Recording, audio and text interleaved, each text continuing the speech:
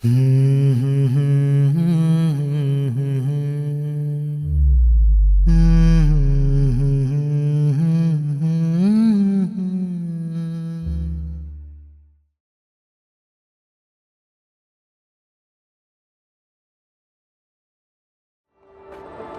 Just की किताब return to nature से महात्मा गांधी इतने प्रभावित हुए कि उन्होंने नेचुरोपैथी को अपने जीवन का अभिन्न अंग बना लिया।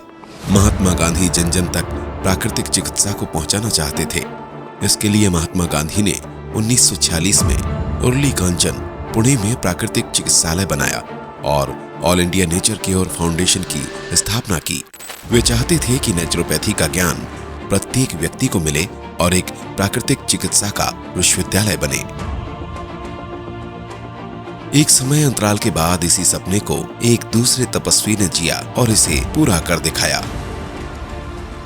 सूर्या ग्रुप के चेयरमैन श्री जयप्रकाश अग्रवाल जी युवावस्था में पेट की समस्याओं से परेशान थे। काफी उपचार के बाद भी आराम नहीं हुआ तो किसी की सलाह पर उन्होंने प्राकृतिक चिकित्सा के प्रयोग किए। आश्चर्यजनक रूप से ये प्रयोग सफल हुए। इसके बाद श्री जयप्रकाश जी ने नेचुरोपैथी पर गहन अध्ययन प्रारंभ किया। उन्होंने प्राकृतिक चिकित्सा पर देश विदेश में लिखी गई किताबों का अध्ययन किया। साथ ही प्राकृतिक चिकित्सा को समझने हेतु बिहार के महावीर प्रसाद पोद्दार, आंध्र प्रदेश में कृष्णम राजू और बेंगलुरु में सीताराम जिंदल जैसे महानुभावों की संगत में नेचुरोपैथी के प्रयोग सीखे। इस दौरान अध्ययन के साथ साथ श्री जयप्रकाश जी ने फलाहार, उपवास, ध्यान व अन्य प्राकृतिक उपचारों का अभ्यास भी किया। नेचुरोपैथी के चमत्कृत लाभों को देखते हुए उन्होंने सूर्या साधना स्थली झंझोली में लगने वाले सूर्या फाउंडेशन के शिविरों की दिनचर्या में प्राकृतिक चिकित्सा को सम्मिलित कर दिया। इन शिविरों में युवाओं, सूर्या रोशनी लिमिटेड के कर्मचारियों, सामाजिक कार्यकर्ताओं, शिक्षाविदों, कई सांसदों और वैज्ञानिकों ने नेचुरोपैथी का लाभ लिया। सभी ने इन प्रयोगों की अत्यंत सराहना की। इस सफलता ने इरादों को और बल दिया। आयनो जिस तरह से काम कर रहा है वो सराहनीय काम है, बहुत अच्छा काम कर रहा है। नेचुरोपैथी गांव-गांव में फैलाने का जो काम है मिनिस्ट्री के बराबर उन लोगों ने आयनो ने किया है। 1996 में नेचुरोपैथी के समग्र विकास और प्रचार हेतु वरिष्ठ व अनुभवी प्राकृतिक चिकित्सकों के साथ नेचुरोपैथी थिंक टैंक की स्थापना की। डॉक्टर्स मैनेजमेंट ट्रेनिंग कैंप प्रारंभ करके देश ही नहीं विदेश के भी कई वरिष्ठ चिकित्सकों को योग और नेचुरोपैथी के प्रचार प्रसार में शामिल किया। इसके बाद नेचुरोपैथी के शिविरों का दायरा बढ़ाकर देश के विभिन्न शहरी और ग्रामीण क्षेत्रों में शिविर लगाने प्रारंभ किए। नेचुरोपैथी के प्रति जन जागरण का काम शुरू किया। उद्देश्य केवल एक था कि यह सस्ती स्वास्थ्य प्रणाली जन जन तक पहुंचे। साथ ही साथ शिविरों और प्रचार से आए अनुभवों का विश्लेषण भी चल रहा था। कमियों और संभावनाओं दोनों को चिन्हित किया गया। विश्लेषणों के परिणाम स्वरूप नेचुरोपैथी की दशा और दिशा को समझकर श्री जयप्रकाश जी ने इस चिकित्सा पद्धति को मिशन के रूप में आगे बढ़ाने का संकल्प लिया। श्री जयप्रकाश जी ने 2002 में 20 दिन जल उपवास करके भारत जगाओ सत्याग्रह किया। इस सत्याग्रह के दौरान जयप्रकाश जी ने देश के गांधीवादी कार्यकर्ताओं और प्राकृतिक चिकित्सकों से सुझाव लेकर केंद्र सरकार के समक्ष कुछ मांगे रखी। स्वास्थ्य बजट का 5% प्राकृतिक चिकित्सा को मिले, प्राकृतिक चिकित्सा दिवस की घोषणा हो, सभी राज्यों में योग और नेचुरोपैथी के केंद्र बने, स्वतंत्र योग और नेचुरोपैथी का मंत्रालय बने। इस आंदोलन के पश्चात ही इंटरनेशनल नेचुरोपैथी ऑर्गेनाइजेशन INO की नींव पड़ी। 3 अगस्त 2003 को सूर्या साधना स्थली झंझोली में वरिष्ठ प्राकृतिक चिकित्सकों की उपस्थिति में INO की विधिवत घोषणा हुई। नेचुरोपैथी के प्रचार प्रसार के संघर्ष में तन मन धन से समर्पित रहने वाले डॉक्टर अमृतलाल मूढ़क जी को INO का राष्ट्रीय अध्यक्ष बनाया गया। देश भर के प्राकृतिक चिकित्सक INO से जुड़ने लगे। योग नेचुरोपैथी के प्रचार प्रसार के लिए INO द्वारा देश के राष्ट्रपति, प्रधानमंत्री, अनेक राज्यों के राज्यपाल, मुख्यमंत्री और IAS अधिकारियों से बैठक चर्चा करने का एक बड़ा अभियान चलाया गया। INO के अभियान और श्री जयप्रकाश जी के सत्याग्रह का यह प्रभाव हुआ कि तत्कालीन वाजपेयी सरकार ने योग, नेचुरोपैथी व आयुष के लिए स्वास्थ्य मंत्रालय में अलग आयुष विभाग बनाया। इसके बाद वाली मनमोहन सरकार ने पहली बार नेचुरोपैथी टास्क फोर्स का गठन किया। 2003 से ही आईएनओ कोर कमेटी ने निर्णय किया था कि केंद्र सरकार द्वारा विधिवत प्राकृतिक चिकित्सा दिवस की घोषणा करने तक 2 अक्टूबर को आईएनओ स्वयं घोषित नेचुरोपैथी डे का आयोजन करेगा। इस अभियान में तेज गति देने हेतु आईएनओ ने हस्ताक्षर अभियान आरंभ किया। इस अभियान में स्वर्गीय अटल बिहारी वाजपेयी, पूर्व राष्ट्रपति रामनाथ कोविंद, नितिन गडकरी समेत विभिन्न दलों के 180 सांसदों ने हस्ताक्षर किए। समाज सेवी, चिकित्सक, व्यापारी और आम जन ने इस अभियान में बढ़ चढ़कर हिस्सा लिया। इस अभियान के साथ ही अनेक राज्यों में योग और नेचुरोपैथी पर सेमिनार और सम्मेलन आयोजित किए गए। सूर्य फाउंडेशन नाम जिस नाम सुनते ही मन में रोशनी आ जाता है, जीवन में रोशनी मिलता है, शक्ति मिलता है। सूर्य यानी कि आज इसी फाउंडेशन के द्वारा नेचुरोपैथी को पिछले 25 साल में निष्ठापूर्वक आगे बढ़ाने का आप लोगों ने काम किया है। Surya foundation international naturopathy organisation INO प्राकृतिक चिकित्सा व योग के प्रचार प्रसार व समग्र विकास के लिए श्री जयप्रकाश जी के मार्गदर्शन में समर्पण भाव से सेवा कर रहा है। आपके द्वारा किए जा रहे प्रयासों के लिए आप सभी धन्यवाद को पात्र है। नेचुरोपैथी को बढ़ावा देने हेतु आज आईएनओ के माध्यम से जो सुझाव दिए गए हैं, आयुष मंत्रालय उन सभी सुझावों पर सकारात्मक कार्रवाई का प्रयास करेगी।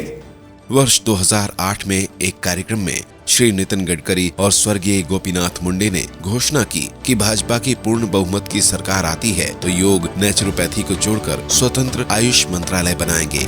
स्वतंत्रता के पूर्व महात्मा गांधी ने जो सपना देखा था, उस सपने को पद्मश्री जयप्रकाश अग्रवाल जी ने आईएनओ के माध्यम से 30 वर्षों तक सींचा। तन मन धन के समर्पण से वह सब कुछ किया जो किया जाना संभव था। फिर एक नया उजाला हुआ। श्री जयप्रकाश जी और उनके सहयोगियों का संघर्ष अंकुरित हुआ और वर्ष 2014 में मोदी सरकार के गठन के साथ ही 9 नवंबर 2014 को आयुष मंत्रालय एक स्वतंत्र मंत्रालय के रूप में गठित हुआ। 2 दशक से भी अधिक चला योग नेचुरोपैथी सम्मिलित मंत्रालय के गठन का द्वंद समाप्त हुआ और एक नए सवेरे का आगाज हुआ। सिर्फ इतना ही नहीं हुआ, इसके साथ ही सरकार ने आईएनओ के अनेक सुझावों को अपनाया, जैसे आयुष विभाग का गठन, नेचुरोपैथी टास्क फोर्स का गठन, आयुष मंत्रालय में योग के प्रचार प्रसार हेतु खाली पड़े विभिन्न पदों पर हमारे अनुरोध पर नियुक्तियां की गईं, national board for promotion and development of योग एंड नेचुरोपैथी का गठन, नेचुरोपैथी रजिस्ट्रेशन बोर्ड का गठन, 18 नवंबर राष्ट्रीय प्राकृतिक चिकित्सा दिवस की घोषणा, नेशनल आयुष मिशन की स्थापना, हेल्थ एंड वेलनेस सेंटर में योग साधकों की नियुक्ति। मैं जयप्रकाश जी को जानता हूं कि उन्होंने अपने जीवन में योग विज्ञान हो, नेचुरोपैथी हो, आयुर्वेद हो, सभी प्रकार की भारतीय संस्कृति, इतिहास और विरासत की विचारधारा पर विश्वास रखते हुए उन्होंने काफ़ी बड़ा काम शिक्षा क्षेत्र में भी किया है। मैं ये मानता हूँ कि ये इंटरनेशनल नेचुरोपैथी ऑर्गेनाइजेशन और सूर्य फाउंडेशन लगातार इस बात का प्रसार भी कर रहा है। 2003 में जब आईएनओ की स्थापना हुई तब यह मात्र 100 सदस्यों का संगठन था, लेकिन आज भारत के 30 राज्यों और 500 जिलों तक बढ़ा संगठन दुनिया के 11 देशों में फैल गया है। अब इस वटवृक्ष में 50,000 सदस्य जुड़े हुए हैं। राष्ट्रीय, राज्य और जिले स्तर तक बनी संगठन की इकाइयों में जिम्मेदारी निभा रहे इन्हीं सदस्यों की मेहनत और सहयोग का परिणाम है कि योग और नेचुरोपैथी के प्रचार में आईएनओ आज विश्व का सबसे बड़ा संगठन बन गया है। आईएनओ का विस्तार ही आईएनओ की सफलता का दर्पण है। आईएनओ का उद्देश्य है कि आम लोगों के बीच प्राकृतिक चिकित्सा का ज्ञान फैले। सेमिनार, सम्मेलन, प्राकृतिक चिकित्सा स्वास्थ्य शिविर और कार्यशालाओं के माध्यम से आईएनओ यह प्रचार कर रहा है। सामाजिक संगठनों, विद्यालयों, गैर सरकारी संगठनों, प्रशिक्षण संस्थानों, प्राकृतिक चिकित्सा केंद्रों के सहयोग से यह संकल्प धरातल पर मूर्त रूप ले रहा है। आईएनओ महिला प्रकोष्ठ संगठन की गतिविधियों को तेजी देने में अहम भूमिका निभा रहा है। आईएनओ द्वारा आयोजित मड बाथ को एशिया बुक ऑफ रिकॉर्ड में दर्ज किया गया। आईएनओ नेचर क्योर पत्रिका, मासिक बैठक, डॉक्टर्स मैनेजमेंट ट्रेनिंग कैंप और कौन बनेगा स्वास्थ्य रक्षक जैसी गतिविधियों का नियमित संचालन कर रहा है। श्री जयप्रकाश जी की प्रेरणा से डॉक्टर अनंत बिरादर जी के नेतृत्व में आईएनओ संगठन योग और नेचुरोपैथी के क्षेत्र में अनंत संभावनाओं की आशा का केंद्र बिंदु बना हुआ है। आज मैं देखता हूं कि अलग अलग कॉरपोरेट जो कंपनीज है, बड़े बड़े कंपनीज है, चाहे वो रिलायंस है, सूर्या है, बजाज है, टाटा है, ऐसे बड़े बड़े कंपनीज में नेचुरोपैथी, योग, मेडिटेशन, एरोबिक्स के नाम से अल्टीमेटली ड्रगलेस थेरेपी का सहारा वो ले रहे हैं। क्यों?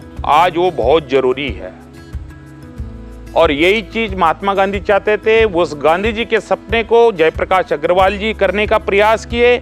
आज पूरा देश के सभी लोग मिलके हम इस सपने को साकार करने के लिए एकत्रित हुए हैं और देश संगठित होकर इस नेचुरोपैथी योग को आगे ले जाने का कार्य कर रहा है।